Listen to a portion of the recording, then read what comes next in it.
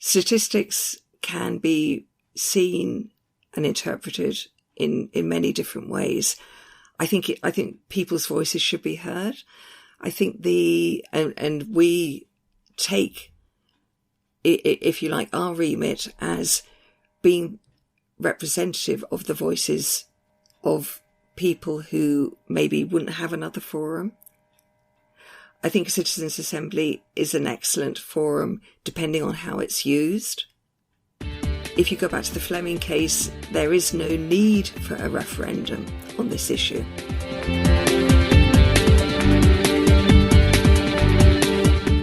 This is Here's How, Ireland's political, social and current affairs podcast, presented by William Campbell. Thank you for downloading episode 165 for the 7th of September 2023.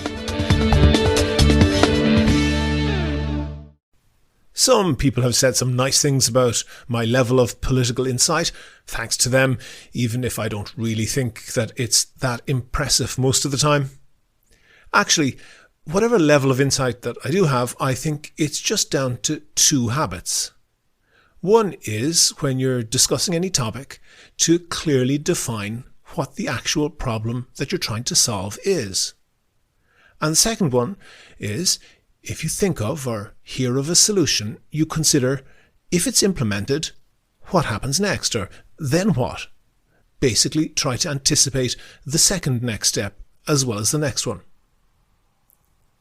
Debates on politics and social issues often take the form of saying X is a problem, we should do Y to solve it. What some people maybe miss out on is, if you solve problem X or if you take action Y, if that happens, what will happen as a result of that? I suppose the average person isn't really required to think out their position on the West Lothian question or the Congress of Vienna, but there are some topics that are very common in popular discussion, debated from bar stools and office microwaves up and down the country, where people don't seem to do that, which is fair enough.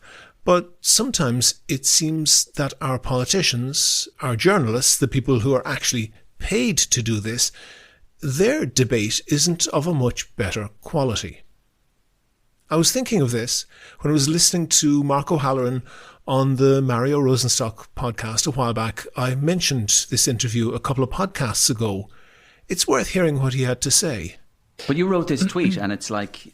So my tweet was, I'm never going to own property. I've come to the realization that I will never own property. What that means for my future is unknown. At the moment I rent a small one-bedroomed cottage in Rialto. It's about €2,000 a month. I pay my own way, always haven't received welfare payments since, the early 90s. And so I am paying a rent that would probably pay a mortgage on a house like that, but I'm not allowed into the mortgage market. And that means every year for the next however long I live, I will have 4% added onto my commercial rent. I will basically never be able to retire or take it easy. I will never be able to afford to be sick. I will never be able to afford to lose my marbles, because I will have nothing. I will be thrown out of out onto the street. And I said in my tweet, in my article, I said, I'm one of those people who is doomed to live amongst other people's furniture. The type of person who at the age of 51 has to ask permission to own a cat. That's not the greatest tragedy that comes out of the housing crisis, but only because there are much bigger tragedies out there.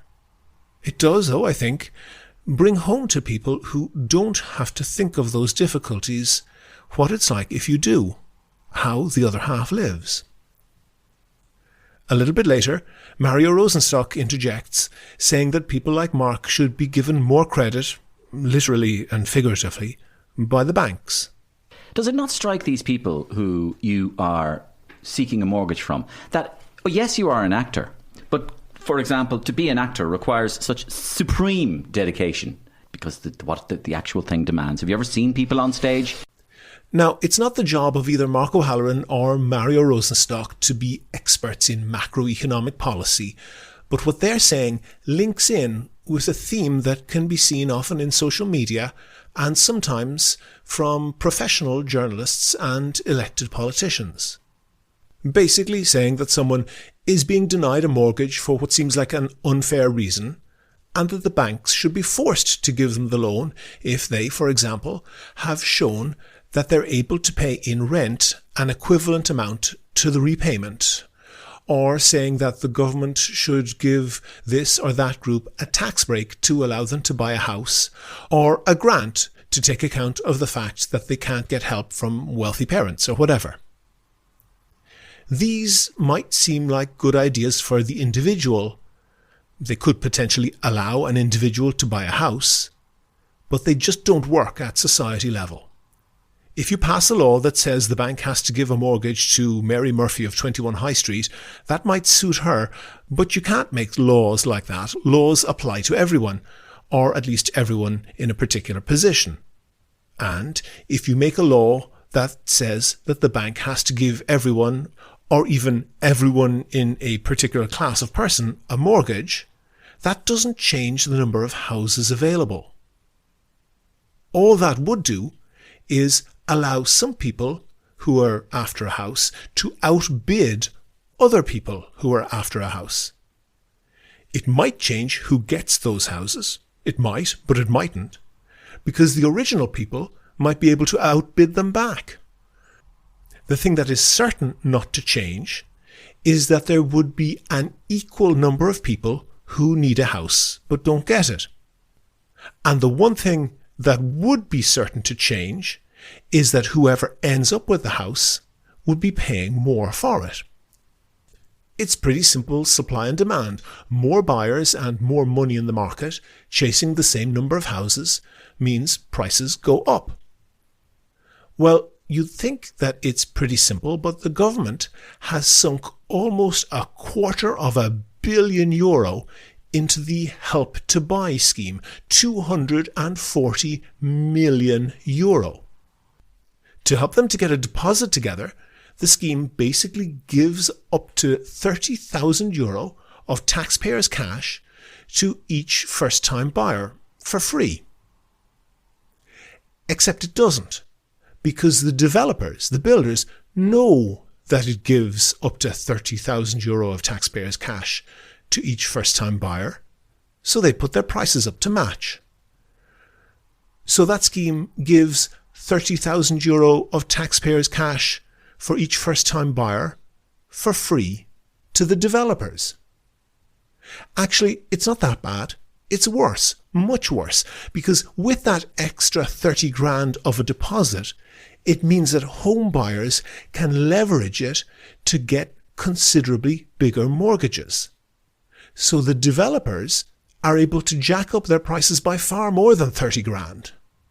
So not only is the taxpayer stiffed for 30 grand for every transaction, the home buyers end up having to repay a bigger mortgage plus interest for decades, and the developers make hugely inflated profits. It's not that complicated, really, but for some reason, so many of our politicians are dedicated to keeping this scheme, which is currently set to run to the end of 2024. Housing Minister Darragh O'Brien has said he wants it extended for another 2 years. Purely by coincidence, Darragh O'Brien is the Fianna Fáil TD for the same constituency and holds the same ministry as his predecessor, Ray Burke, who was famously up to his neck in planning corruption and was eventually jailed, not for taking bribes, but for failing to pay tax on the bribes he had taken. Another issue that I think is a bit similar in that people don't think about it very carefully is traffic congestion. And urban planners even have a sarcastic name for the proposed solution. They call it just one more lane, meaning that if just one more lane was added to the traffic flow in the street, just one more bypass was built, just one more motorway, then that would solve congestion. But it never does. In fact, cities with more car space inevitably suffer from more congestion. The reason that people come up with this idea, despite all the evidence that it doesn't work, is that they aren't defining the problem, and they aren't thinking of what would happen next. A bypass or another lane might solve the immediate problem for them and a few people around them. But if you do that at a society level and devote more surface area to cars, then everything is further apart, far more people have to drive and drive further, and congestion gets worse. But the first step is to define the problem. What is traffic congestion? Maybe a lot of people haven't really given this much thought, but a traffic jam is a queue. People are queuing in their cars. Queues happen in two circumstances. Firstly, when there isn't enough stuff. If there's a famine, you're going to get queues for bread. If there is a very popular musician playing, you're going to get a queue for tickets because the demand for food or concert tickets or whatever exceeds the supply. The second circumstance where you get a queue is where, even if there is enough supply, the distribution of that supply is constricted, like a bus queue. Even if there are enough seats on the bus for everyone at the bus stop, there still isn't enough space for everyone to get on and pay or beep their card at the same time, so people have to queue to do that.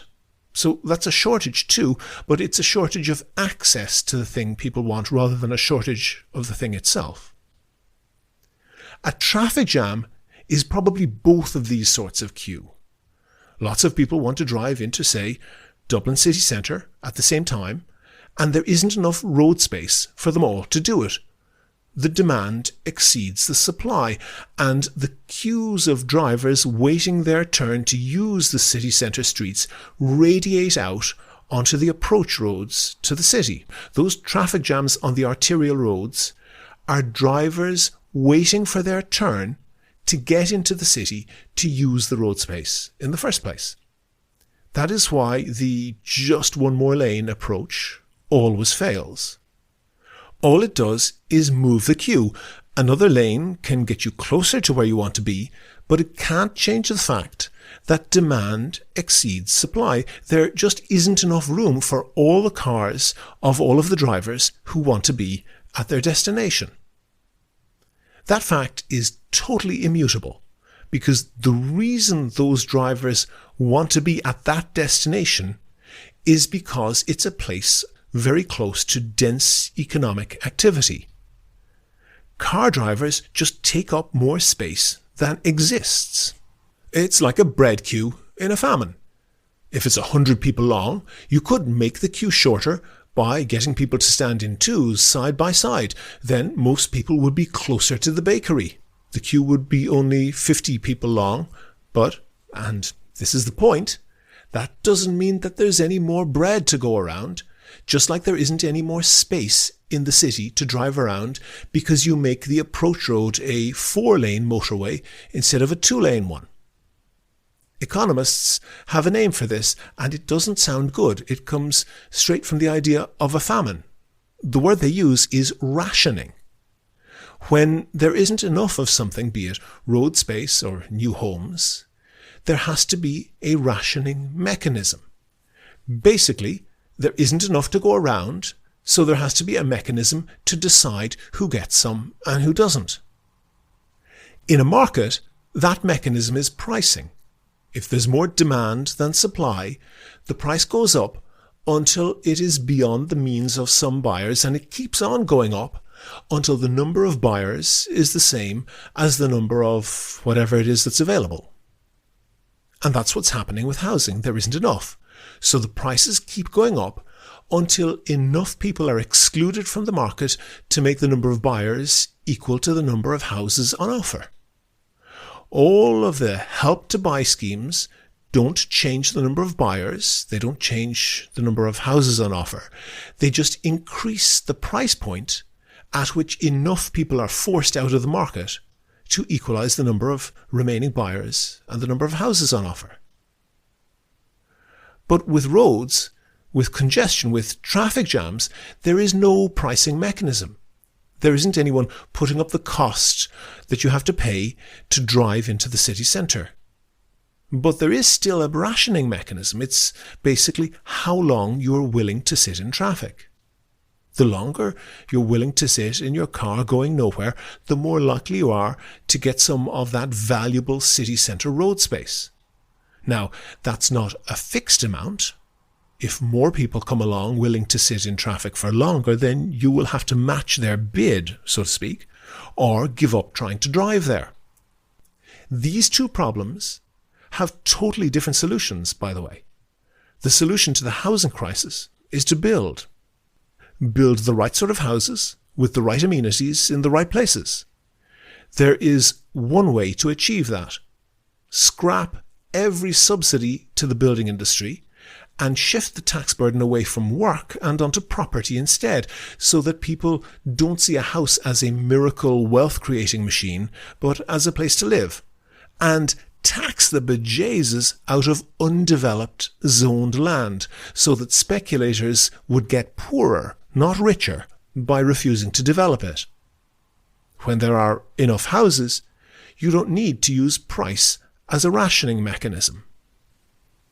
For traffic congestion, you can't fix that by building, not because it's difficult, because it's impossible. Every city that has tried it has failed, and it's for a fairly simple reason. The more land space you devote to cars, the less there is for everything else, so they have to be further apart, all the amenities, all the homes, all the businesses. So more people have to drive, and drive further to get to them. So the more space you need for cars. So everything else needs to be further apart again, so you need to drive even further, and so on. In this case, the solution is a pricing mechanism. You've got to pay a bus fare to take the bus into town, and you'd have to pay a car fare to take the car into town. And the price of that fare would be set at a level that allowed enough cars, delivery trucks, whatever, to pay that fare without bringing the city to a standstill. That might be good value for delivery drivers and tradespeople. The cost could be more than offset by the extra efficiency. They'd be able to do far more jobs in a day. Other people might think that the price is worth paying just to be able to drive around freely, but all those fees would create a big pot of money that could be used to massively expand and improve the public transport system, so everyone could still get where they're going. And it's at this point that the people who otherwise are hardline Austrian economists, small government fundamentalists who want to bring the free market into every aspect of life, make education and healthcare into private businesses for fee-paying customers, they suddenly turn into bearded socialists flying the red flag, singing the Internationale and saying, no, no, no, the right to drive on the crowded streets of our cities should be provided by the government. To hell with the expense, the taxpayer will pay, and the traffic jams will be distributed equally among the masses. In a moment, we'll have the interview. But first, I want to say thanks to all of the patrons on Patreon. I really appreciate everyone who donates. It pays for things like web hosting. Kevin and myself basically donate our time for free. It's also a great morale booster when we get a new patron on Patreon. It lets us know that people out there are listening and appreciate the podcast. We make a big effort to cover things that are undercovered in Irish media. You're more than welcome to listen for free. But if you think that you could do the same as the other donors and throw in €1 or €3 once or twice a month, there's details how to do that on the website and at the end of the show. Do you agree? Do you disagree? Here's How is Ireland's political, social and current affairs podcast. The website of End of Life Ireland says, "We're a group of volunteers who advocate for voluntary assisted dying as a valid end-of-life choice. We also want to see the criminal law in Ireland that classifies assisted dying as murder reformed. With legal protection for the vulnerable and robust safeguards in place, compassionate legislation is possible." Jane Lazar is the chair of End of Life Ireland. Jane, you want the law changed. Why? I suppose quite simply, when you are living with a terminal or incurable condition and you find your life is intolerable be it through, if you like, physical pain or mental anguish. I believe that an individual, and we as a group believe, an individual should have the right to say when they have suffered enough. And also, I think for the view of a group of Irish doctors supporting MAID, that's medical assistance in dying, they too believe that a patient's wishes should be respected. And you have to ask yourself the question, or I ask anybody to ask themselves this question: why would any individual be forced to have a prolonged period of intolerable suffering before death, if it is against their wishes? If anybody, that is their choice, obviously. If they do not find assisted dying, medically assisted death, as something that sits with their own beliefs and values, then that is their view, and I believe that they are entitled to it. What I do believe is that every individual should be able to determine for themselves when enough is enough. And do you think that all individuals have the capacity to do that? And what do you do for people who either don't have that capacity, or maybe where that capacity is compromised? The big concern for everybody, not excluding those who are deemed to be vulnerable. Everybody has that concern, because historically, when you look at the care, it was always the doctor's opinion. And now, if I can just actually bring you back a little bit further, because there's a bit of a jigsaw that goes on here, and many will remember the landmark case of Marie Fleming. And Marie had MS. She saw how MS was, if you like, taking over her life, but she was absolutely determined that it wouldn't control her death. And she took her case to the High Court and then the Supreme Court, fighting for her constitutional right to die. Now, in the Irish Constitution, which is a very Catholic constitution, when you consider where we've come from as a country, no surprises there. But that is what we're dealing with at the moment. So the ruling of the Supreme Court was that whilst Marie had no constitutional right to die, the Oireachtas could legislate for assisted dying. 10 years on since her death and the ruling of that court, the Supreme Court, where the judges, I think there were 7 of them, were unanimous in ruling that the Oireachtas could legislate, we can now legislate. As a group of people who have been, I suppose, interested in and following the global movement towards legislation in different countries, what we realised was that until there was a department in place, and the Assisted Decision Making Capacity Act of 2015 was that legislation was enacted, and that there was a department set up, which is now the DSS, the Department of Support and Service, for if you like, helping people to make decisions, was in place, that the Oireachtas, an Oireachtas committee would not feel able to take on this. That department is now in place. It's been in place officially since, I believe, late April of this year. And there is a support service now in place to help people with making those decisions, and people who are at varying stages of capacity.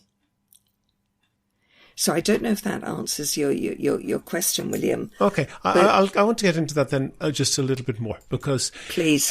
It has been said in Ireland that we have perhaps a degree of hypocrisy on this, because, for example, somebody who is an end-stage cancer patient, it's relatively common for them to be given huge and unquestionably fatal doses of morphine. And the explanation of this is that it is a dual purpose or a twin effect dose. That morphine obviously is a very powerful painkiller that's necessary sometimes with end-stage cancer patients, but it also kills the patient at above a certain dosage. And I think that way that it is stated as a twin effect really is a bit of hypocrisy, because the doctors who do that are perfectly aware that what that dose, that high dose of morphine does, is it literally stops the patient from breathing, so they will die almost immediately. And I don't know that you have used it,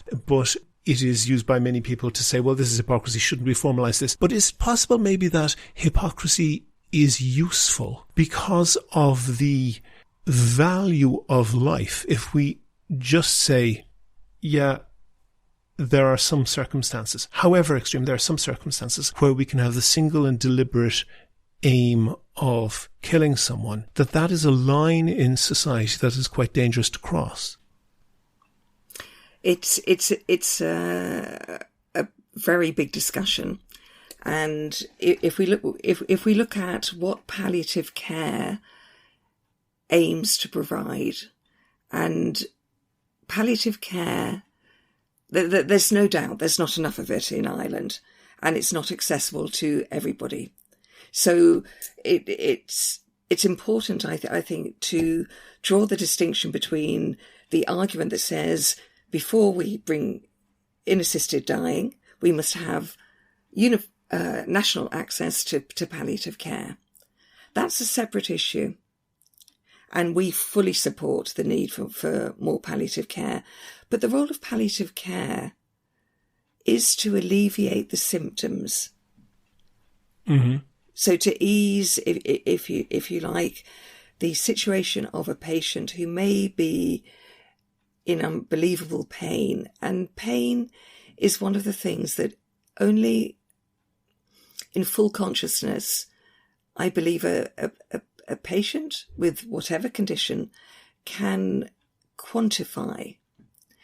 But palliative care, in around 4% of the cases, cannot alleviate all pain.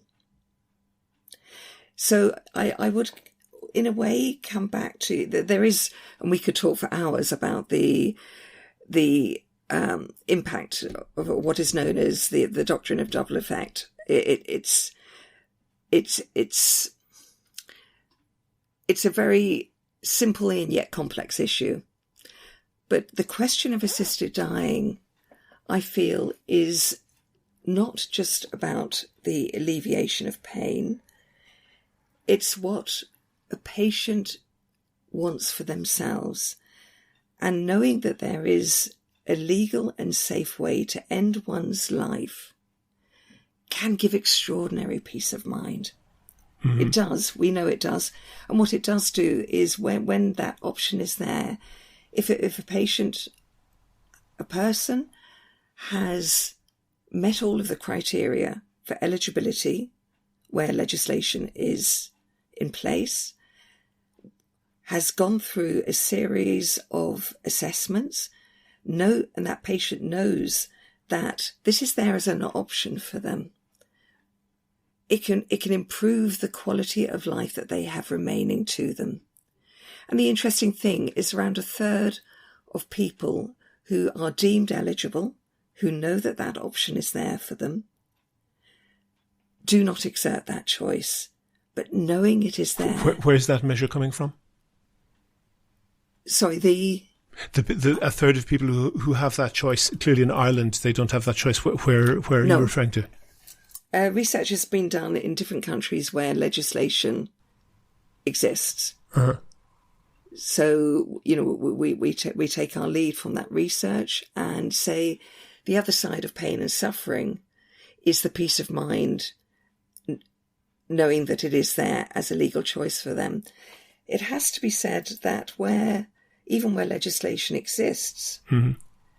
and in many countries, I'll draw on New Zealand, if you like. New Zealand and Victoria in Australia are currently reviewing legislation because in order to get legislation in place where legislators have been cautious, let's say, understandably, but in order to get legislation over the line, what has happened is that it's been so conservative that they've excluded groups of people, for example, with dementia, because of the fear of it being abused. And that's an understandable concern. And clearly, well, I mean, it's not just a concern. You know, you promote this as voluntary and a choice by the individual, but that's clearly a choice that is, you know, beyond the capacity of someone who has dementia. Exactly. And a lot of research is being done, a lot of, I say, building on research that is being done in, for example, whether it's Canada. Canada are looking at how an advance request may be used. Mm-hmm. It was raised in the last of the 5 public sessions that we've had here. The first 5 sessions in the Oireachtas were looking at the constitutional and legal aspects of legislating for assisted dying. Yep. And in the last session in the Oireachtas earlier this week on Tuesday, the issue of the advance directive came up, and building on the service that is now available through the support service to help people come to decisions, how the advanced healthcare directive or advanced request could be considered as part of legislation for assisted dying here. Okay, to just so that when you say advance request, that's referring to, am I correct, that somebody of sound mind could do something that would be akin to writing a will, saying that if I am in X, Y, or Z position and not having a capacity to make a decision at that time, please follow this. But people frequently, towards the end of their lives, change their will, as in their literal will. And Heraclitus said, you know, we can't step into the same river twice, in that things are changing in life all the time. That may be an improvement, you know, having that advanced directive, but it doesn't eliminate that problem, because it is not the same person who is dying as the person who wrote the advanced directive. And you're absolutely correct there. I mean, what I would just throw into the mix here, and this is great to be able to have this conversation with you, the department set up for assisting people. I mean, let's go back further. In the majority of the jurisdictions, you have to be above a certain age, which is usually 18. You have to have capacity, and this is about what is termed voluntariness. I just bring it back to a personal choice. Voluntariness is just the word that is used. Free will, essentially, you mean? Free will, yeah. That you're making this decision entirely of when you're of sound mind, that you're of a certain age, and that you have capacity to do that. Mm-hmm. Looking at the language that is used by the DSS, the department set up to assist people, again, they're coming at all stages of developing a document, whether it's your advanced healthcare directive, whether it's looking at your power of attorney. Mm-hmm, yep. It's presuming capacity or presumed capacity. And the other thing that struck me in the words that are used, and funnily enough, I was only listening to this yesterday, because it is about respecting the individual, and it says it's acknowledging, giving due regard to a person's dignity, their bodily integrity, their privacy and autonomy, and control over their own affairs. And it also takes into account their past and present wishes, Okay, beliefs and values. Pause there, Jane, with the words due regard. That's a specific term in law, but it's a very soft term, and different people can have a very different idea of how much regard is due and is not. And there is a fallacy called the slippery slope argument, which I don't want to fall into. But No. it is notable that, and I think Belgium is the particular case, that euthanasia was legalized there in 2002, so it's more than 20 years ago. Yes. But there have been a series of essentially loosenings of the law and several changes made to that since, including in 2013, it was 10 years ago, allowing euthanasia for children. Yes. And including also, and this has been put into effect, allowing euthanasia of a person who was not terminally ill at all, but was making, I'll use the word choice inclusively here, but making that choice based on mental illness. But in those cases, by definition, they're not in a position to make a free, informed choice. And even if that's not included in the suggestion that you're making, you can understand that people would be very reluctant to go the first step on that route, wouldn't they? Well, they would, but again, I'm loving the way our conversation is going. If you look back to where Ireland was, whoever would have thought, if you like, looking back, we would have marriage equality, repeal the eighth. The society is changing all of the time. And what we, and I say we, what government, different professions. We as a society, you mean? We as a society, there's been such a very slow but steady societal and cultural shift to respecting the individual. Mm-hmm. And things that we thought Ireland would never see.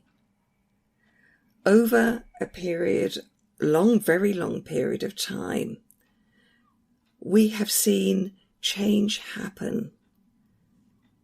And respecting how individuals live.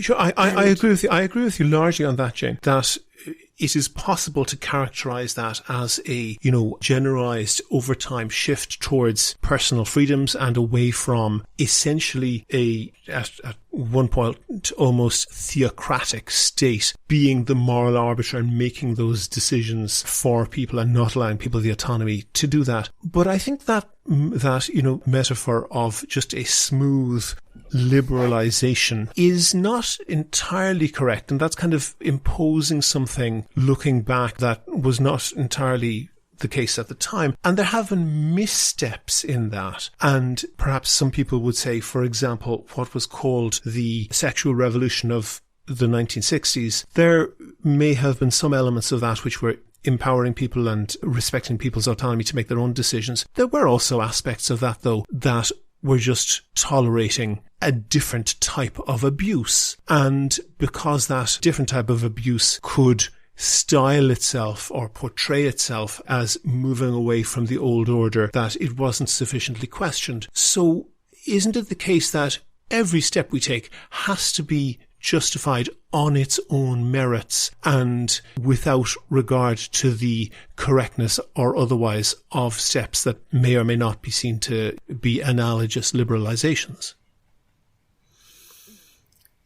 Yes, I understand where you're coming from, and we in the last few minutes we've raised quite a few things from, I suppose, looking at other countries where they have been more liberal.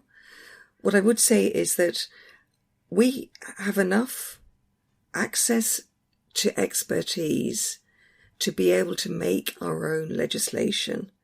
We don't have to do what other countries have done in different degrees. So if you take, whether it's Belgium and Holland And people will say, goodness, what's thrown out in the media often is, goodness, they're killing young children. We can't allow that to happen here. Well, of course we won't. Well, that might have been said 20 years ago in Belgium when a relatively restricted euthanasia law was introduced. Exactly. And I just want to pick up on this whole, without going into it, because otherwise we will go down a slippery slope. Mm-hmm.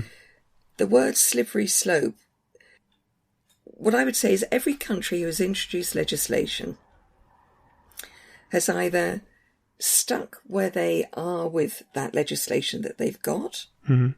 And what happens then is those who are excluded at that point in that country, and please bring me back to what the alternatives are when a country doesn't revisit.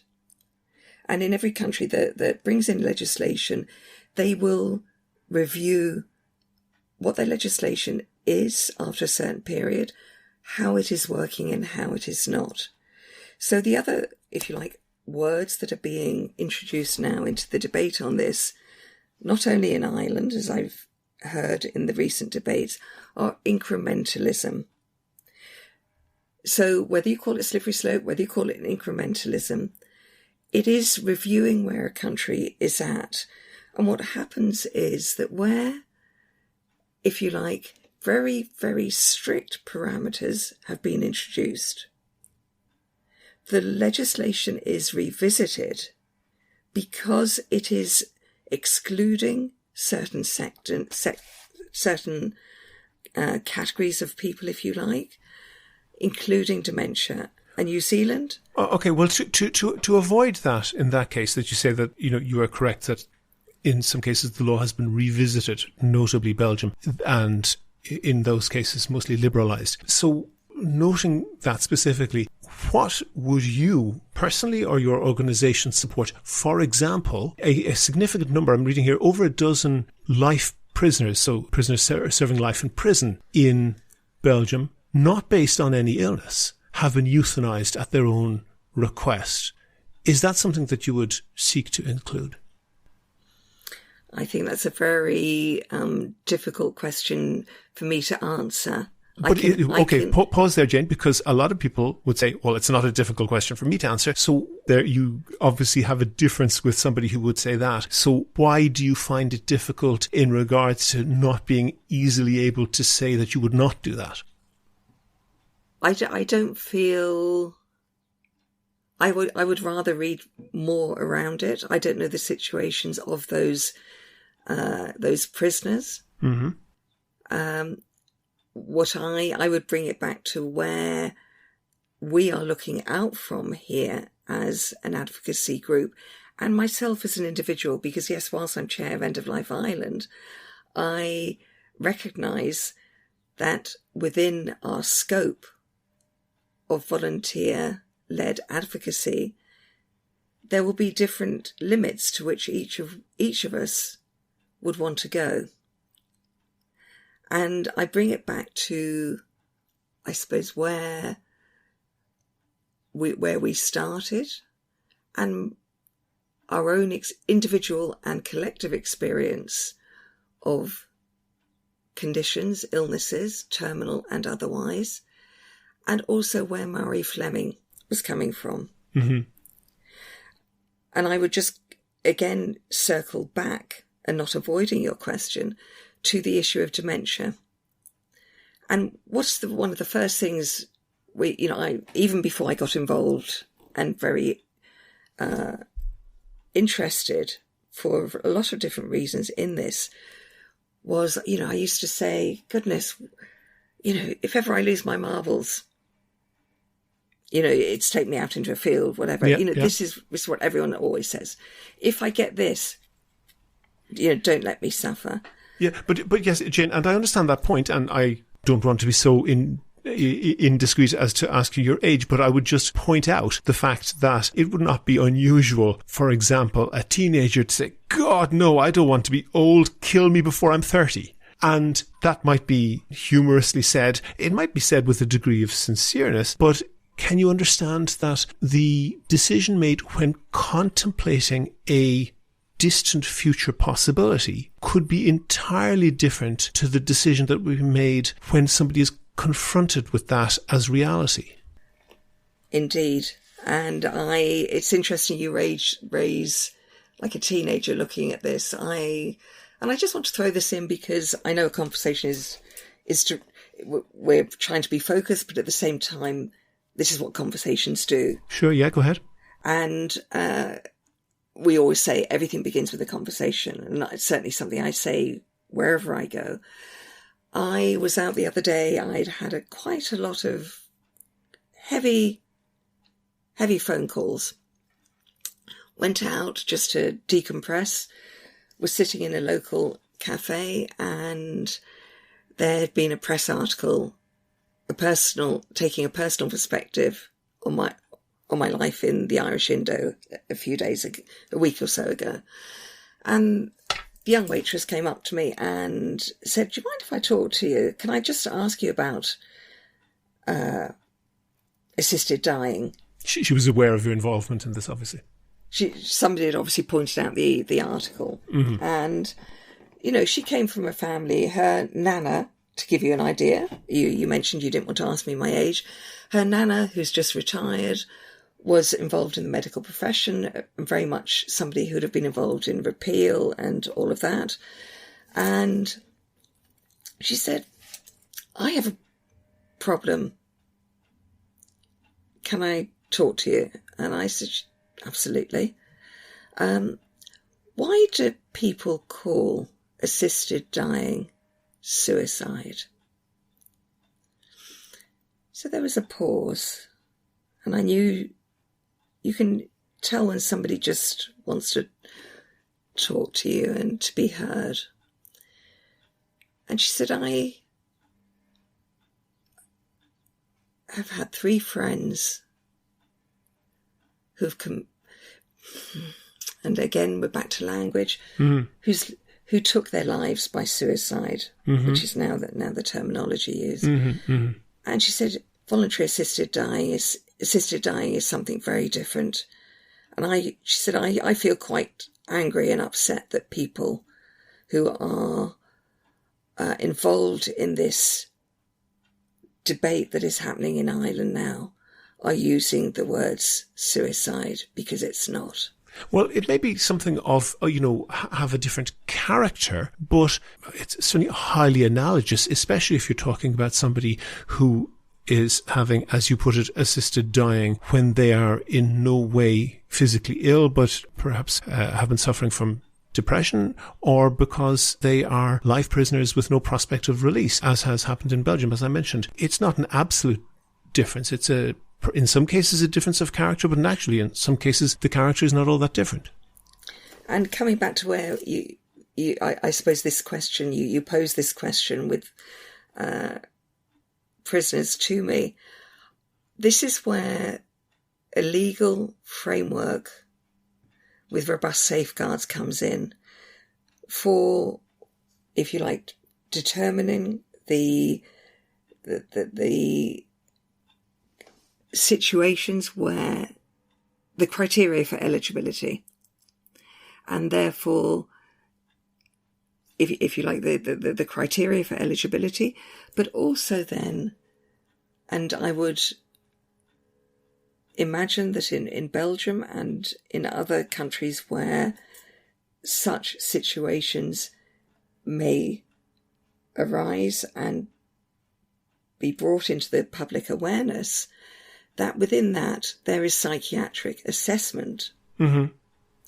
And that would be the same for different cases of assisted dying throughout the world in different jurisdictions where I'll pause on that, Jane. I understand what you say of, having a degree of a vetting process. But if your point is, and, if your central thesis is the autonomy of the individual, then that at least diminishes the relevance of any psychiatric assessment. If the person is saying, themselves, they're saying in the moment, I want to do this, are you then proposing some people will get approval and some will not? That effectively then removes the autonomy entirely from the individual, doesn't it?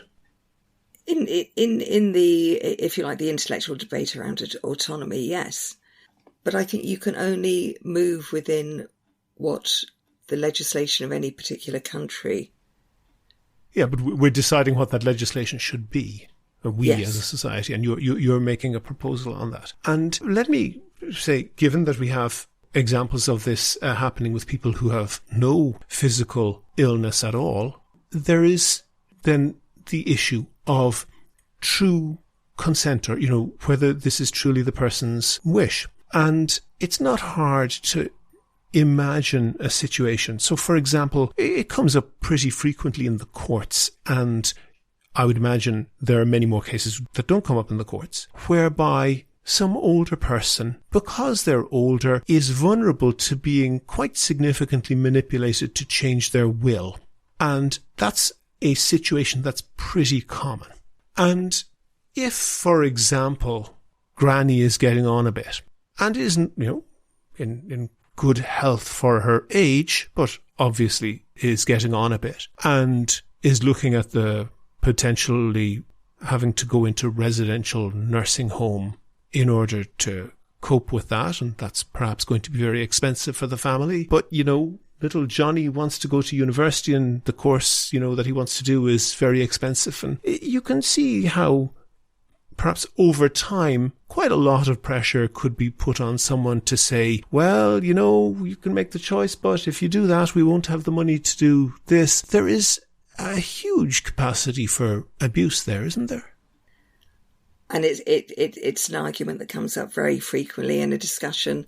Mm-hmm. And, as I say... And you could quite, at the end of a perhaps prolonged process of pressure like that, you could quite easily have an older person stating quite emphatically, yes, I want to do this. Couldn't you?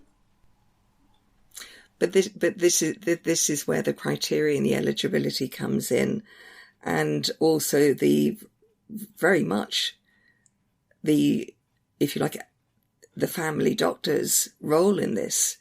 They will know the history of a family. They will have followed, if you like, might. But I understand completely, and nobody would want anything like this to happen. Mm-hmm. Those cases, but it could happen, and it's fairly common. That fairly commonly happens with putting subtle pressure over time on people to change their will, for example. There are, and this is where I really, really believe that the whole issue of, if you like, drawing up your will, the enduring power of attorney, your advanced healthcare directive, and do all of these things when we are in good health and of rational mind, and revisit it, but also have the people who you trust, including whether it's your solicitor or a trusted friend. And I'd always encourage anybody to have a trusted friend who is outside of the family, who has nothing to gain from your estate, whatever your estate may be or not. But to have these documents drawn up whilst your mind is clear. Yeah, and a lot of people may do that, but no doubt a lot of people would not. And should I or any theoretical person ever feel that not being bumped off with a massive dose of morphine is contingent on me remembering to prepare these documents with sufficient foresight? I think it's a question of doing these documents, and I'm guilty of this. I think it was only when I was going through my own separation, the first will was drawn, or the will was revisited only years afterwards, the week before I was going into hospital. We don't. Yeah, so that's my point exactly. You can say that, preparing such documents and so forth would be likely to mitigate that danger, but should people's lives be put on the line because, as many people, including me and evidently including yourself, put that on the long finger and no doubt a very large proportion of the population will never get around to it? I don't think you can ever make anybody do something that they don't want to do. Yeah, And, exactly. So should literally my life be on the line because I haven't had the foresight or just the concentration or because I just haven't done that? I think there are very few people who will never sit down and do those documents. No, there's thousands, there's vast numbers of people. The courts are stacked with relatives fighting over property where a will wasn't made or where a will was contradictory or there were two contradictory wills. Lawyers make millions out of this. And that's after somebody has died, and it's only stuff. It's not a person's life. Our remit, if you like, that sounds terribly formal. But, we've said, well, what is the aim of End of Life Ireland? Our aim is to encourage conversations about end of life. And end of life can be not when you're necessarily older. We know how precarious life is, how unpredictable it is. COVID taught us that, if nothing else. And this is all part of starting those conversations. I mean, we're seeing throughout the world death cafes being set up. We organise not throughout the world. Sorry? In a couple of countries. In a few countries.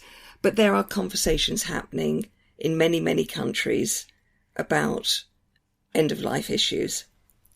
And formally and informally. And would you be in favour of a citizens' assembly on this? I think you'd be surprised at what a citizens' assembly would throw up. And this... We might well be, but just deal with the issue. Do you think that is a good way to arrive at at least a set of opinions that people could address? I think it's an excellent forum, and I would caveat that with it depends what the brief of any such assembly is, how the brief is drawn up, and how it is conducted, and how the information is then interpreted. I think it's like absolutely anything, depending on the quality of the leadership of any issue, that will determine the outcome and the results. Statistics can be seen and interpreted in many different ways. I think people's voices should be heard. I think and we take, if you like, our remit as being representative of the voices of people who maybe wouldn't have another forum.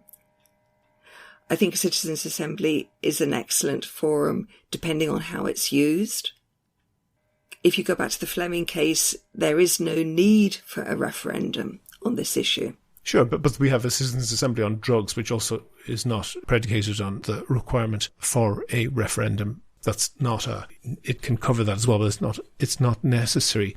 But I think a citizens' assembly would certainly throw up an awful lot of things. It depends whether the citizens' assembly is on assisted dying or end of life issues, and I think there's a danger that when you widen it out into end-of-life issues, just as assisted dying is one end-of-life option, to put it in with end-of-life issues would conflate, have the potential to conflate. I understand. You don't want to confuse those two, and that's no. reasonable, perhaps. In your submission to the Justice Committee on the Dying with Dignity Bill, you say the international experience shows that the safeguards work. What international experience are you referring to? And what safeguards, for that matter? Across many different countries. We've looked at the legislation, and the legislation, say, for example, in Australia does differ. Mm-hmm. But essentially the safeguards, the safeguards, so for the operation of assisted dying, the oversight systems that are put in place. These do work. Okay. Well, for example, I'm looking at the case of 3 doctors in Ghent, again in Belgium, who were tried for and acquitted of murder. The euthanasia law in Belgium, basically creating an exception to the murder law, says the doctor who performs euthanasia does not commit a crime if he has ensured that a specified list of conditions are met. These doctors did not do that. But the acquittal, which comes from a judge in Belgium, so we can know the reasoning, they give a written judgment. It says that just merely having failed to fulfill the list of requirements doesn't make somebody guilty of murder. That does seem to be a safeguard that has failed, doesn't it? I have to say, I don't have the details of that particular case, and I'm not a legal person, so I would want to have that information. And essentially the case turned on them not following the law, and the judgment was that merely not following the law didn't make these 3 doctors guilty of murder. It made them only guilty of essentially a procedural infringement. But the question is, how would you handle a situation? But just one last question I want to ask you, and I don't know if you're interested in this. I'd love to have the opportunity to look into that. Yeah. But I will include a link to that detail in the notes for the podcast, so that people can look that up for themselves. But just I want to say, and you may or may not, as you choose, specify whether your interest in this comes from sort of a personal experience or something happening in your own life. But my question essentially is that one can expect that the great majority of people who have a deep interest in this have it because of a personal experience, and that's natural and that's likely to be the case. But hard case makes bad law, and this change of law would also, would obviously affect the whole of the population, including the people who are not negatively affected by the current legal position, but may then, perhaps surprisingly to themselves, be negatively affected by a legal position reformed as you propose. Those people have rights as well, and a small risk to a very large number of people can justify and inconvenience, or something happening that a very small number of people feel very strongly about. So strength of feeling on this, would you agree, is not a valid measure of the quality of the argument? If I understand your last point here correctly, you're saying that a small number of people have an intense interest, perhaps for personal reasons, perhaps not, but they are not the only people affected by the law. But that applies both ways, doesn't it? You see, I don't believe that there's a for or against this. I think that what you're doing is if I can bring it back actually to the argument that is always put forward, that we should have more palliative care and that should come first before assisted dying. I would agree that's a fallacy as well, because it's not an either-or situation. Well, exactly. And palliative care and assisted dying in different jurisdictions work well together. People who have availed of both and then choose the small number who would choose an assisted death have been assessed and deemed eligible.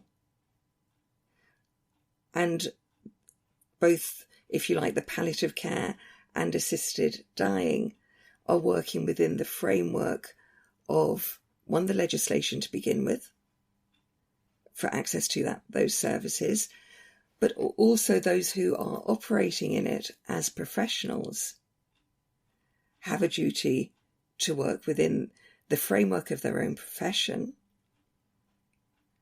and also to provide the services they provide in accordance with the patient's wishes. for the small minority who would fear that society in general is being put at risk,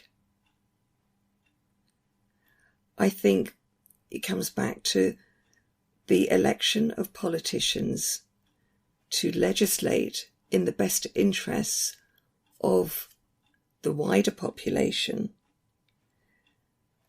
looking at the legislation and the practices in the countries throughout the world who have this service in place. Jane Lazar, the chairperson of End of Life Ireland, thank you very much for talking to me. William, thank you. Go to the website for sources and references from the show. And while you're there, you can like the show on Facebook, follow the show on Twitter at Here's How Podcast, and follow End of Life Ireland at End of Life IE. And get in touch if you want to suggest a guest or a topic for a future show. Thanks again to all of the patrons on Patreon. It covers the cost of keeping the podcast going. And if you could throw in a couple of euro once or twice a month, like the other patrons, please do go and sign up at patreon.com/here's how. That link is on the website. Also there you can find out how to subscribe to the podcast for free on your computer, on your phone, or by email. All that information is at www.here'show.ie. The Here's How podcast is produced and presented by me, William Campbell. The co-producer is Kevin Wolf. Thank you for listening.